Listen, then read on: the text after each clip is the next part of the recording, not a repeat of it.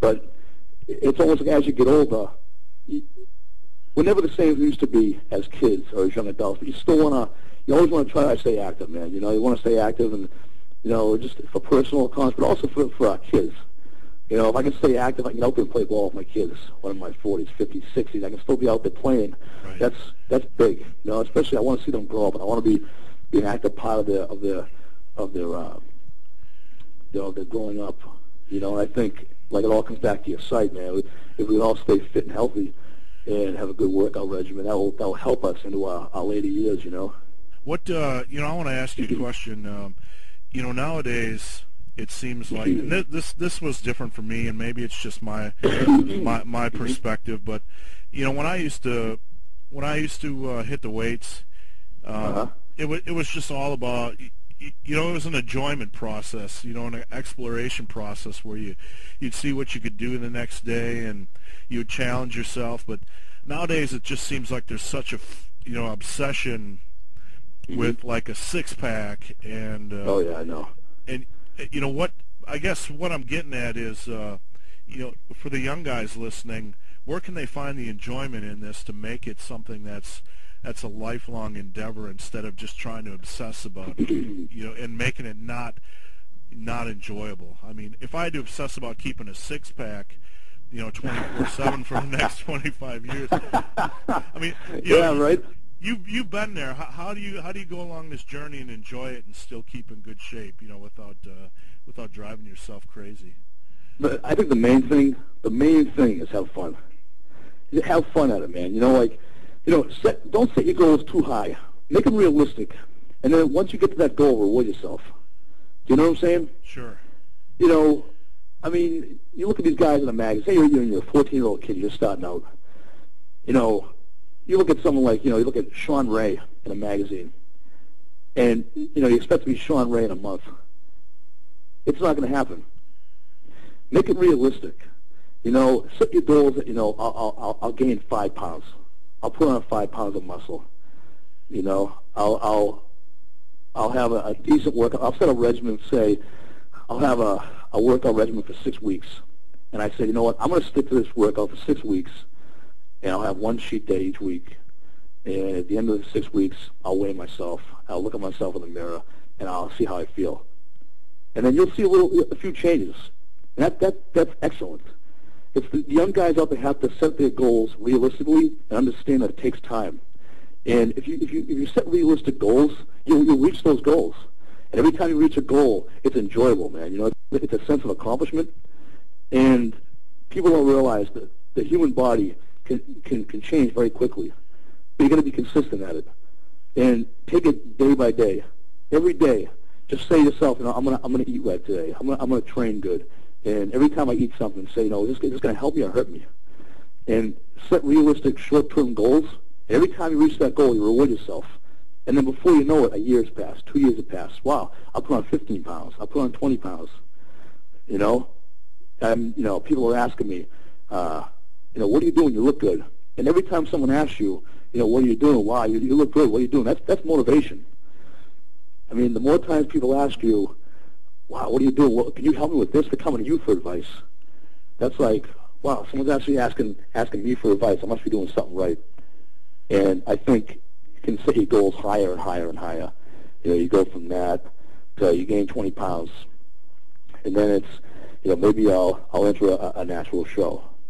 And then maybe you didn't place, but then you do another one. Maybe you win it.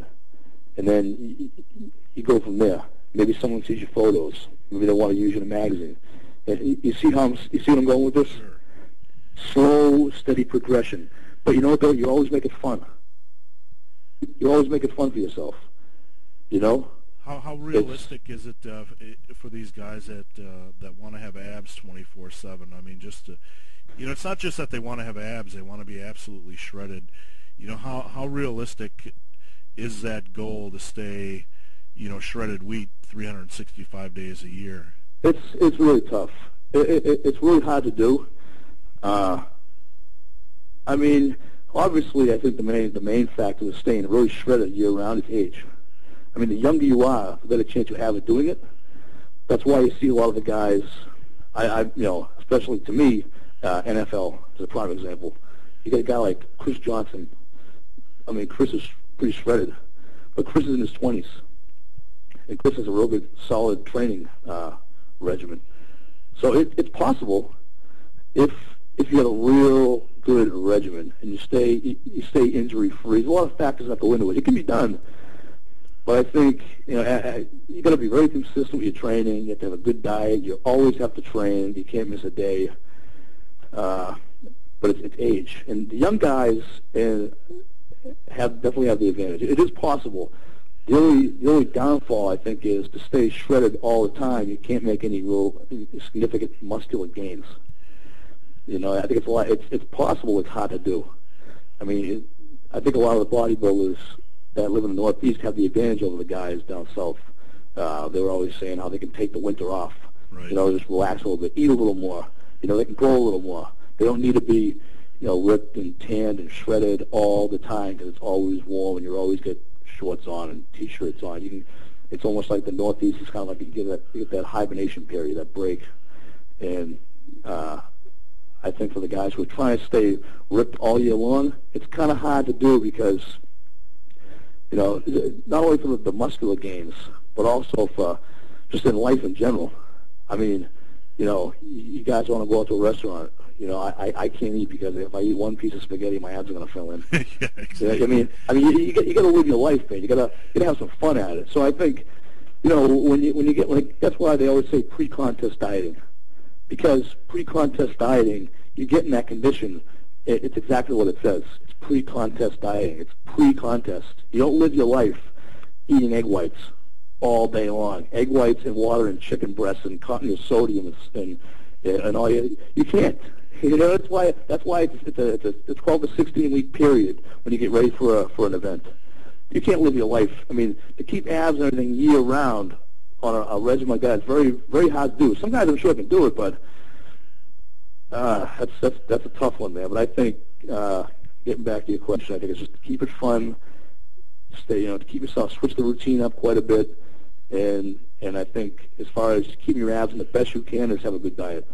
And you know, like I said, you don't have to go pre-competition diet, but just have a solid diet and keep your carbs moderate. If you want to fill out a little bit, you know, I mean, eat a little more. If you're trying to get the abs, cut them out a little bit and drink a lot of water. And but that, like I said, getting back to what you're saying, is that's a very hard thing to do year round. So, and I give all the guys the credit in the world who can do that because I couldn't.